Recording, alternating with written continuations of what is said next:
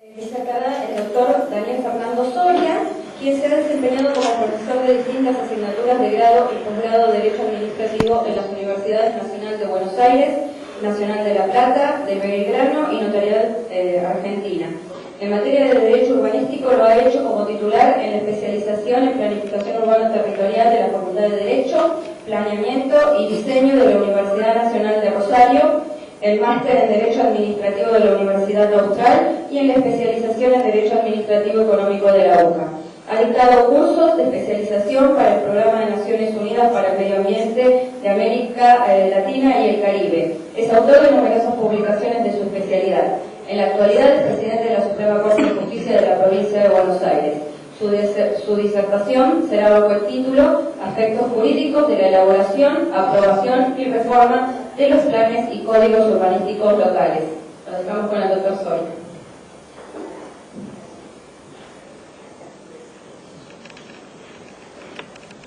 Buenas tardes, muchas gracias por la invitación.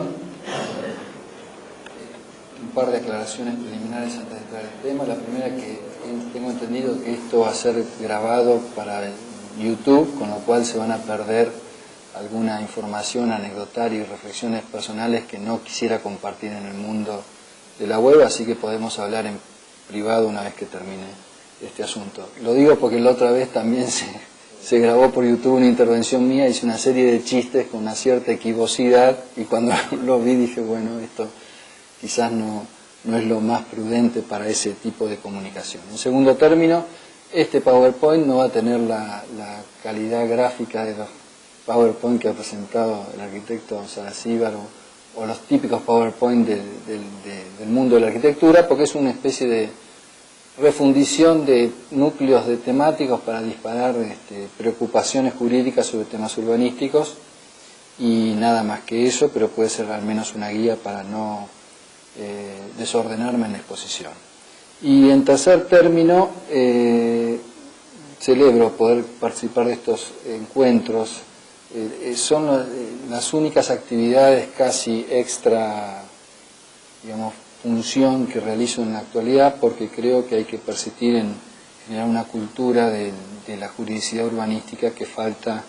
y mucho en nuestro país. Vamos a referirnos a algunas cuestiones jurídicas vinculadas a la elaboración, aprobación, reforma de planes y de códigos. Voy a utilizar casi promiscuamente esta expresión porque conviven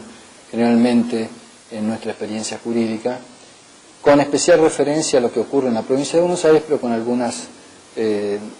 explicaciones comparativas. En el enfoque que diagramé para esta exposición voy a abordar básicamente tres cuestiones. Una introductoria, que es cómo el derecho urbanístico expresa normativamente y encausa la actividad urbanística, y voy a analizar el contexto regulatorio entonces de la actividad de planificación y aplicación de los planes. En segundo término, algunas cuestiones de los planes como categoría jurídica, que es central, es esencial en el proceso de planificación, y es la plataforma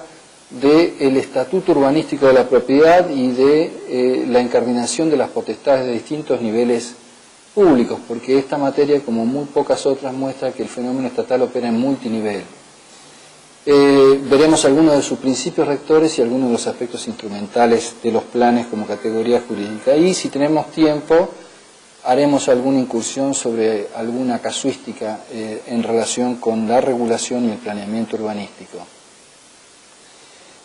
Por supuesto que todo esto lo haré en un tono medio de información. Como siempre ocurre con cualquier clase de exposición, uno dice cosas para determinado nivel del auditorio, dice otras para otros niveles de auditorio más promedio, dice cosas para sí mismo y dice cosas para algunas personas en particular y para otras que no están, pero que pueden ser recibidas a través de comentarios. Forma parte de la tarea de ustedes desentrañar qué cosas digo para mí, qué cosas digo para terceros, qué cosas digo para alguna de ustedes y qué cosas digo para todos. Pero lo hago además en un promedio, porque aquí estamos en la multidisciplina, y esta es una materia de la intro de la multidisciplina. Entonces, quizás veo especialistas en el derecho administrativo, que es, digamos, la rama cardinal del derecho urbanístico junto con el ambiental, quizás quede insuficiente alguna explicación, pero peque por exceso para los profesionales del mundo de la arquitectura y a la inversa. Entonces trataré de manejar este promedio que por otra parte no deja de ser mi promedio medio de elaboración sobre estas cuestiones. Entonces, el enfoque, el contexto. El derecho urbanístico es la regulación y a la vez el cauce de la actividad urbanística. Hay siempre en esta materia del derecho urbanístico una vinculación entre los fundamentos o las raíces conceptuales sobre las cuales se monta el edificio jurídico de la regulación urbana y lo que ocurre en el mundo de los intereses, de las potestades, de las atribuciones. Entonces,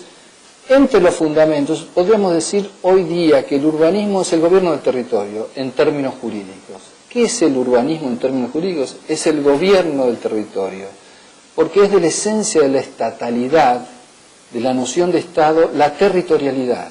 Más allá de que hay fenómenos que ponen en jaque la territorialidad, como los de la globalización, y para quienes transitan por el derecho administrativo recomiendo la obra de Obi sobre la globalización y el derecho público,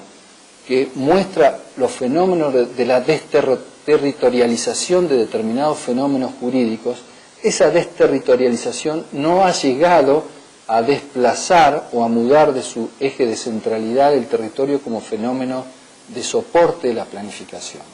y al urbanismo como expresión de una actividad que tiene como soporte el territorio que necesita ser gobernada. ¿Cómo? El urbanismo tiene, para mí, imposibilidad, para algunos, altísima complejidad de autorregulación, porque hay una responsabilidad pública, para muchos indelegable, del Estado, del multinivel estatal, en materia de la determinación, localización de infraestructuras,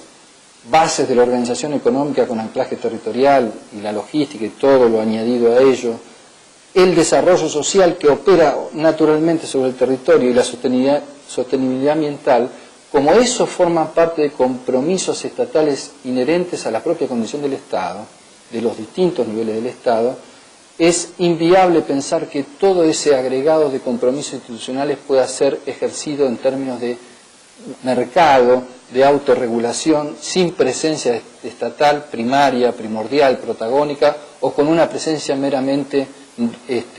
encausadora o condicionadora de facultades preexistentes del mundo de los habitantes sobre las ciudades. Entonces, como yo creo, y muchos piensan,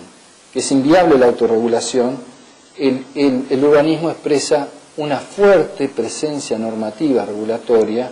que hace eclosión en el juego de esta interacción que está en el cuadro de la derecha entre la potestad de organización territorial que está condicionada por la regulación urbanística, los derechos de incidencia colectiva en general, que hoy día se resumen con los derechos o el derecho colectivo a la ciudad planificada y sustentable, los derechos individuales a ejercer la actividad comercial, la libre empresa, la iniciativa económica que tiene una implantación territorial clara, los derechos obviamente de los titulares de los inmuebles y la función social de la propiedad. Todo este es el contexto de intervención del derecho urbanístico. Los fundamentos forman parte de una especie de ciclo que determina a priori los condicionamientos regulatorios de la actividad y que a posteriori se verifican esos fundamentos a partir de que una experiencia que se imaginase desprovista de intervención pública en esta materia llevaría a resultados tan nocivos como la inexistencia de reglas de tránsito para la movilidad urbana. Con tener, digamos, escasa edad de evolución entre nosotros, tiene algunas bases constitucionales identificables o institucionales identificables el derecho urbanístico en Argentina. No voy a hablar de modelos comparados aquí porque nos llevaría mucho tiempo y no tiene sentido para esta intervención. En primer lugar, hay normas y principios de la Constitución que predeterminan la base institucional de la ordenación urbanística, del derecho urbanístico. En la Constitución histórica, obviamente una clave primordial de la regulación estaba centrada en la característica de Estado compuesto de la Argentina. La Argentina es un Estado federal, es decir, es una distribución de estados, una forma de Estado compuesto, no centralizado, en virtud de la cual se asignaban buena parte, o yo diría en la Constitución histórica, todas las atribuciones principales de ordenación territorial, o que podrían formar parte de lo que hoy día llamaríamos ordenación territorial y urbanística, a las provincias como materia no delegada a la nación. Es decir, la estructura del Estado compuesto determinaba que entre las bases institucionales de la ordenación urbanística estaba su carácter local en el sentido amplio de provincial y también municipal. Una segunda pauta constitucional indispensable estaba dada por la primacía de los derechos subjetivos, la protección de alto nivel de intensidad de la cláusula de la propiedad, la inviolabilidad de la propiedad, artículo 17 de la Constitución, y también por una gran o importante definición de la libertad empresarial que está mentada en el artículo 14 de la Constitución histórica. Por otra parte, en la Constitución histórica, con la reforma o la intervención que operó en el 57, se incorporó como un elemento de modulación de carácter social que impacta decisivamente en esta materia el derecho al acceso a la vivienda digna en el 14 bis incluido en la reforma de 1957. Pero podría decirse que este cuadro institucional, más allá de la presencia del derecho a la vivienda digna, mostraba una fisonomía del urbanismo o de la actividad regulatoria urbanística que funcionaba como una especie de condicionamientos o límites a un prius, que era la libre iniciativa de los particulares amparada por la potencia intensiva de la cláusula de la garantía de la inviolabilidad de la propiedad privada, y que esta actividad de condicionamiento, de modulación, de matización, era secundaria a esa libre expresión por parte de los titulares de dominio, de los titulares de los derechos a la realización de la actividad económica, y como título de intervención pública, el urbanismo, el gobierno del territorio no estaba claramente manifestado en el entramado constitucional de la matriz histórica de la Constitución. Pienso yo que este estado de cosas ha tenido una solución de continuidad, probablemente no muy consciente para esta materia, pero sí para la perspectiva macroambiental, justamente con la inclusión de la cláusula del artículo 41 de la Constitución reformada en el 94, que es la que establece la llamada cláusula ambiental, precisamente. En función del deber del Estado de proveer lo necesario para la utilización racional del suelo, la preservación del ambiente y la protección del patrimonio cultural, tres conceptos expresamente mencionados en el artículo 41, hoy podemos reconstruir el título de intervención pública que estaba ausente en el texto de la Constitución histórica del 53-60 con la reforma del 57 y resignificarlo, en el sentido de que hoy tenemos dos bienes constitucionales en aparente equivalencia, aunque uno predomina por su implicación a lo colectivo, que es el título de intervención de la cláusula ambiental, versus los bienes particulares de la libertad empresarial del artículo 14 y de la inviolabilidad de la propiedad privada del artículo 17, bien que estos dos, es cierto, tenían el tamiz modulador de la cláusula de la reglamentación de los derechos con el test de razonabilidad que establece el artículo 28, pero esto no permeó como dogmática ni como experiencia jurídica práctica, más allá de los efectos que, si tenemos tiempo, podemos ver, tuvieron algunas reformas que se dieron por vía indirecta en esta materia en el campo del derecho privado en el año 68, cuando se modificó el régimen de derechos reales, por ejemplo, del Código Civil. Pero podríamos decir, como primer título de resignificación que permite la titularidad, expresar más claramente la titularidad pública de la función de gobierno del territorio y la función urbanística, tenemos como dato principal la cláusula constitucional del artículo 41. En segundo término, hoy día está mucho más claro que antes el carácter autonómico de los gobiernos locales municipales y tenemos una configuración de un tipo especial de gobierno que es propiamente urbano y metropolitano, que es el de la Ciudad de Buenos Aires, en los artículos 123 y 129 de la Constitución. Ello sumado a la cláusula del desarrollo armónico del artículo 75, inciso 19, que establece las bases inteligibles de la vertebración territorial del Estado a nivel macro, y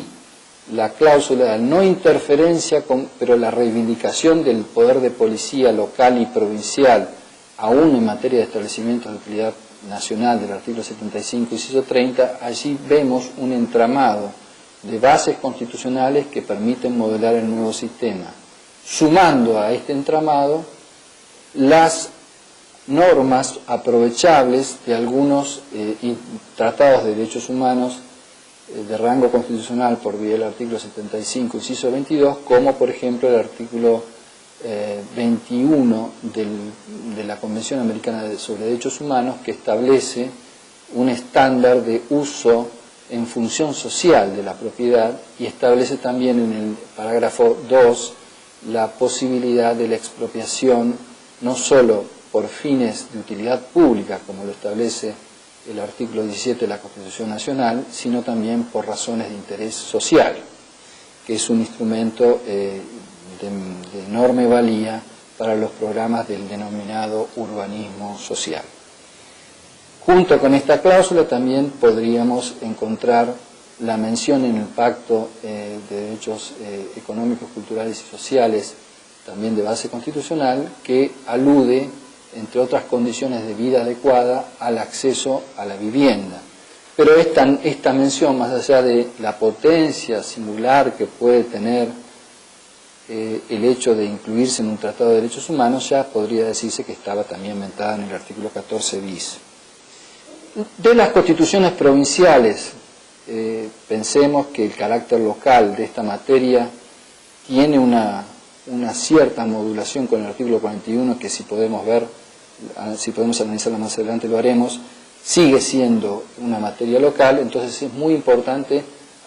hacer algún repaso de lo que ocurre con las constituciones provinciales. Aquí simplemente he mencionado algunas de las cláusulas constitucionales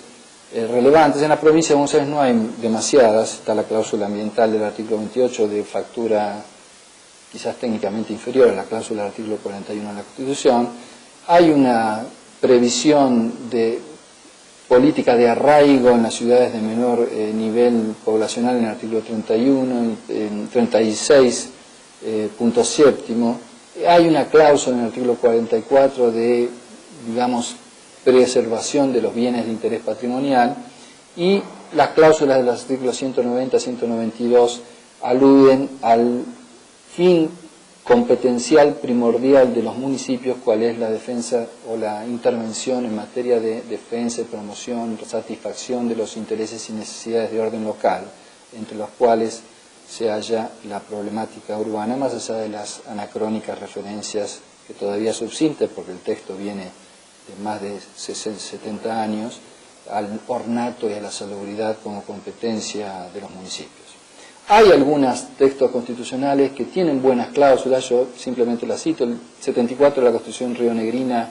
del 88 es muy similar, mejor dicho, ha sido tomado por la Constitución en la reforma correntina del año 2007 o 2006, no recuerdo bien la fecha, el artículo 62, que establecen ciertas bases de la actividad planificadora coordinada entre provincia y municipios, la utilización racional, las bases constitucionales de la utilización racional del uso del suelo, las bases constitucionales de la programación de la organización del territorio y de la captación de plusvalías generadas por la actividad urbanística. Estas son las dos normas de todo el catálogo de constituciones provinciales relevantes. Hay algunas otras que refieren al planeamiento urbano de manera explícitamente asociada a las competencias municipales, como la Constitución cordobesa, creo que es el artículo 187, pero hay algunas que son singulares. Por ejemplo, en la Constitución de Formosa, en el artículo 180, se vincula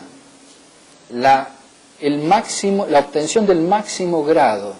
de autonomía local, que es el grado de los denominados municipios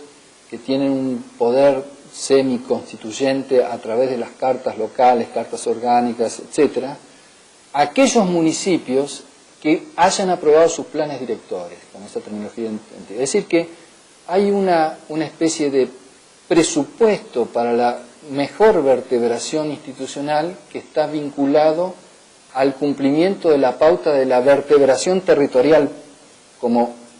dato previo. Yo no pude analizar los debates ni ver un poco la fundamentación específica que tuvo la norma, pero no me deja de parecer un verdadero hallazgo, digamos. Primero hay que vertebrarse territorialmente para después hacerlo institucionalmente. Creo que eso tiene una reivindicación del valor de la organización del espacio y me parece que es un valor positivo. Por supuesto, de los textos más modernos, justamente por ser un territorio estricta y exclusivamente urbano, es decir, la constitucionalización de un megamunicipio, una ciudad-estado, la ciudad de Buenos Aires en su constitución, en su estatuto constitucional, tiene una gran cantidad de normas que aquí están mencionadas, que se refieren a la legitimación potenciada para la preservación de los bienes urbanos y la protección del patrimonio de interés público en el artículo 14, se refieren a la necesidad, a la cláusula ambiental, a los fines, digamos, urbano-ambientales de los cometidos públicos, de las políticas de vivienda, la prioridad de los sectores en estado de vulnerabilidad o crítica para el acceso a la vivienda asequible, a los programas de regularización, a la conformación de instituciones como el Consejo del Plan Urbano Ambiental o el propio Plan Urbano Ambiental, a la necesidad de una aprobación singular con mayorías agravadas y una metodología de participación que vamos a ver luego para los códigos de planeamiento urbano, el código de edificación, el código ambiental y el propio plan urbano ambiental. Es decir, es un arsenal, una ingeniería institucional mucho más sofisticada, probablemente por la modernidad del documento institucional y en segundo término y sobre todo porque estamos en presencia de un Estado simple, como es un Estado estrictamente urbano y pequeño. Y luego tenemos ya las leyes propiamente dichas de ordenación territorial y urbanística. Es muy notable que en la Argentina hasta el año 2008 o por ahí, o 2009, la única regulación orgánica, más allá de sus defectos y más allá de su origen, sancionada en el periodo militar, haya sido el decreto de ley de uso del suelo 8912 de la provincia de Buenos Aires. Las restantes provincias no tenían regulaciones medianamente estructuradas. Recién con la ley 8501 de Mendoza, que establece un sistema de organización territorial con pocas normas que vinculen a los ciudadanos, más bien establece el sistema del planeamiento multinivel en la provincia. Hasta la sanción de esa ley no habían normas estructuradas. Y luego de ella, paralelamente a ella quizás, estaba la normativa de la Ciudad de Buenos Aires, pero volvemos a lo mismo. Era equivalente a una ordenanza, a un código de planeamiento urbano, la actual ley 449, el código de planeamiento de la Ciudad de Buenos Aires. De hecho, ese código reproduce la mayor parte de los contenidos de la ordenanza, no me acuerdo si era 33.000 o 36.687, que era el viejo código de planeamiento urbano sancionado en la época del proceso militar también. Es decir, no estamos en presencia de algo novedoso. Lo novedoso está centrado en las leyes 71 y 2930, que crearon el Consejo del Plan Urbano Ambiental y luego aprobaron el documento base y una serie de reglas con una técnica bastante inasible en sentido estrictamente jurídico de ese plan urbano ambiental. Luego hay una cuestión urbana en el derecho privado que si tenemos tiempo la vamos a ver, pero quiero adelantar un poco para no demorar demasiado la exposición. Junto con estas normas, este cuadro de base regulatorio de normas expresas, están los criterios rectores. Yo no utilicé aquí la expresión principios, pero para quienes creen en estas categorías, muchos de nosotros, yo pienso que entre normas y principios hay una diferencia cualitativa nada más, pero eso sería entrarnos en teoría del derecho, sean mandatos de optimización, sean derechos de medios a, en fin. Para evitar estas discusiones, aquí está expresada la mención criterios rectores, podría decirse principios del derecho urbanístico. Uno de ellos, como más o menos traté de comentarles antes, es el de la titularidad pública de la regulación, del ordenamiento de las políticas territoriales en fase jurídica. Hay algunas normas que establecen este criterio. Por ejemplo, la Constitución porteña, la Constitución de la Ciudad de Buenos Aires, en el artículo 27, expresa que es función indelegable del gobierno de la ciudad la instrumentación y regulación de las políticas del hábitat y del planeamiento y la regulación urbana. Lo mismo que hoy día, entre nosotros, el artículo 16 de la Ley del Hábitat, 14.449 en la provincia de Buenos Aires, lo mismo que establece el Estatuto de la Ciudad del año 2001 en Brasil. En fin, hay muchas normas que establecen esta reivindicación, esta titularidad pública, que no es una especie de desmercantilización de algo que podía el mercado operar en términos de generación de las bases institucionales, sino que es el correlato de lo que yo creo expresa la imposibilidad de la autorregulación en esta materia, o, para algunos, la altísima complejidad de la autorregulación. Un segundo principio que en algunos sistemas comparados se denomina isonomía, es decir,